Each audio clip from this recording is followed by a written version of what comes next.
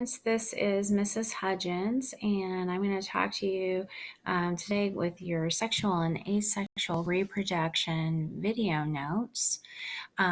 This week, our objective, what you should be learning about, is I need you to be able to describe why asexual reproduction results in offspring with identical genetic information and sexual reproduction results in offsprings with genetic variation. And so what that means is something that's reproduced asexually, the offspring would be a clone of that. The DNA would be the same for the parent and the offspring. And for sexual reproduction, the offspring would be different. They would have some of the same DNA, but it's not exactly the same as what the parents have. So let's go ahead and talk about what happened before spring break. And so we were talking about mitosis, and remember in the cell cycle, mitosis helps to take the copy of DNA that had been replicated during interphase and it splits it apart so that one cell can become two new cells. And so we talked about this with our body cells. That's how our skin cells can make new skin cells, and they are identical to the ones before because they have the same genetic information. And then we compared that to meiosis, which is used so that our body cell can end up making sex cells. And the sex cells have half the chromosome number, as you can see in this demonstration. So now we're going to put that towards reproduction and how all of that fits in. Now, one important factor here is the chromosome theory of inheritance. And this is really cool because people had always known, and we'll talk about Gregor Mendel later on, and he was the father of genetics, and they knew that from his experiments that parents passed their information onto their offspring, but they weren't sure how that happened. And Walter Sutton, a man from Kansas in the 1900s, figured this out. He collected evidence by looking at the sex cells of the Luber grasshopper, which can be found here in Kansas and other places. You can see a picture of it in the upper left-hand corner.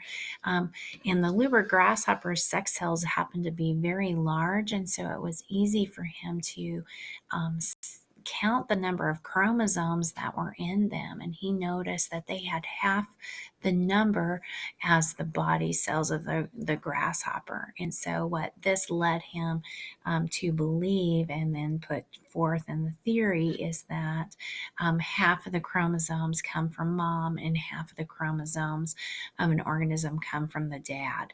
And so this theory was that genes are carried from parents to offspring on their chromosomes. So this was a huge discovery of how do parents actually pass their information on to their offspring. So this was a really cool thing.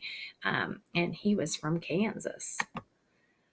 Okay, so with that knowledge, we're going to talk about reproduction, and there are two types: asexual and sexual reproduction.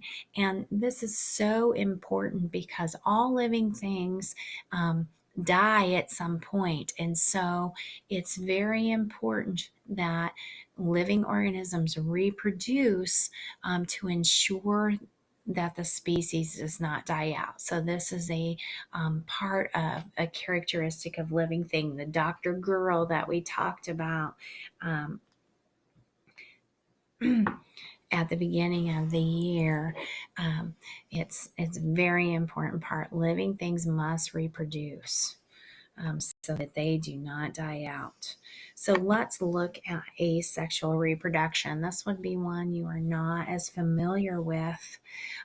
So with an organism that asexually reproduces, there is only one parent. Okay, only one parent. The offspring are identical to that parent, so we call them clones. Um, the cell division process that allows for organisms to clone is like mitosis, which we talked about. Mitosis occurs in our body cells that makes one parent, um, two new identical cells with the same number of chromosomes. And so the organisms asexually reproduce in a similar fashion as mitosis. Now, huge advantages here for an organism to asexually reproduce. They don't need to search for a mate. They can produce their offspring much quicker. It's more reliable. And then many offspring can be produced using very little energy.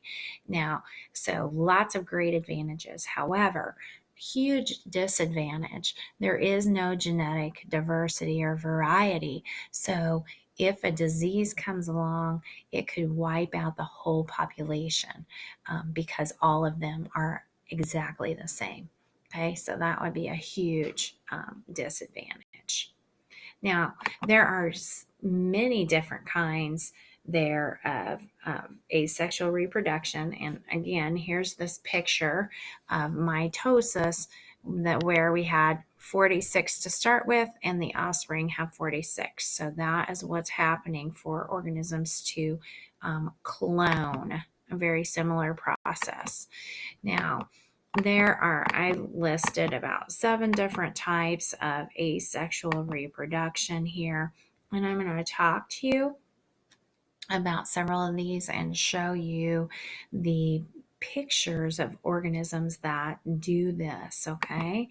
So here is, let's go back. Here is binary fission. And so this occurs in bacteria and single-celled organisms. So very similar process. You'll notice the GIF over here where it shows the one bacteria. It just has the one parent.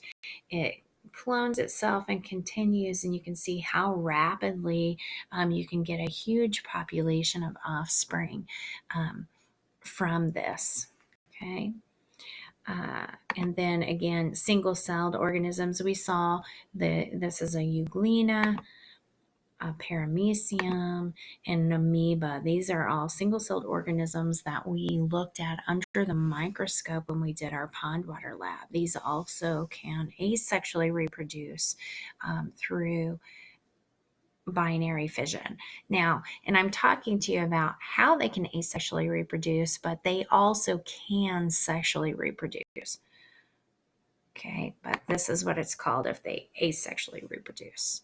Fragmentation, this occurs in planarian, this worm-like structure, and there are some other organisms that can also do this. You'll notice this worm has been segmented and cut. They can even pull themselves apart, and each of these fragments will regenerate, regrow, and that is a clone of the original. It has the same DNA. Starfish regeneration. So you'll notice these are rays of the starfish. So this is one single ray. It had enough genetic information that now it's regrowing a starfish that is a clone. So you'll notice that with all of these, how they're doing that is a clone of the parent. And budding is another type. This is a hydra. It gets a little bud off to the side. It's obviously not the same size, but it has the same genetic information. And then that bud will pop off and will live by itself. So yeast do that. This is sea anemone, or some coral and sea anemones. Vegetative propagation. So in some plants are able to do a root sprout, and that's an asexual reproduction. Strawberries can have runners, what they call runners, and a clone of that strawberry plant can pop up, and it's a exact copy of the parent. Um, Cuttings from some types of plants, if the leaves, you cut the leaves off, and then you can stick it in a pot, and the roots will grow. Okay, so that's vegetative propagation. Now, the coolest one, I think, is parthenogenesis, and that is where a female will lay an unfertilized egg, and babies hatch out from them. They aren't always viable, but if they can hatch out, and it's a clone of the parent. So, whiptail lizards, uh, some salamanders, some breeds of shark can do this. Some snakes are able to do this. Honeybees, aphids. There's a whole list of them. I encourage you. This is such a cool thing to investigate and explore on your own about some of these. It's so neat. But parthenogenesis is asexual reproduction. So now we've spent a lot of time talking about asexual reproduction. Let's show the difference here then with sexual reproduction. So obviously sexual reproduction needs two parents. The offspring are going to be genetically different from the parents. So they are getting information from both parents, so they shouldn't be an identical clone. Okay, so we have differences here. Our cell division process that's needed is meiosis, that splits the chromosome number in half.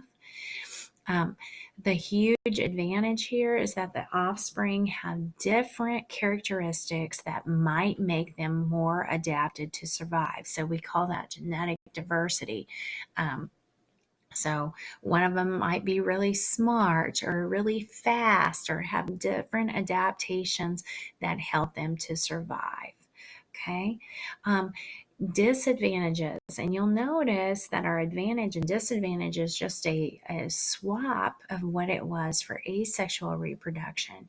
So our disadvantage for sexual reproduction was the advantage for asexual reproduction. So organisms that sexually reproduce have to find a mate. They need to use more energy. It takes longer. It's not as reliable. So if you'll notice in these pictures, this is a stag beetle at the top. Even beetles have to fight for their mates. So it's a long drawn out process. It is sometimes animals can die, the males can die fighting for the woman. And so it is a lot of energy is needed, but it is definitely worth it for the genetic diversity that it gives. Now, I also just wanted to reiterate here that when sexual reproduction does occur in animals, we say the sperm will fertilize the egg, and so that's called fertilization. That is that process for sexual reproduction, and this can be internal or external.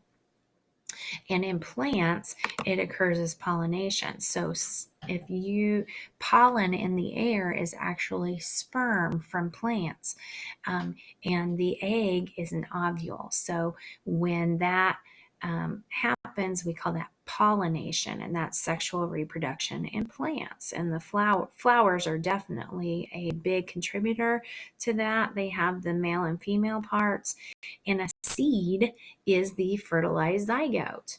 And so that's what can grow the new life. Now, spawning is an external fertilization. So they release sperm and eggs into the water in most cases, like with salmon and frogs, as you can see here, or the coral that's over on the left. And that mixes in the water and fertilizes there. So that's external fertilization. And frogs, you probably are hearing right now, in March 15th is the spring peepers mating season. And so they are doing some external fertilization now. Here's what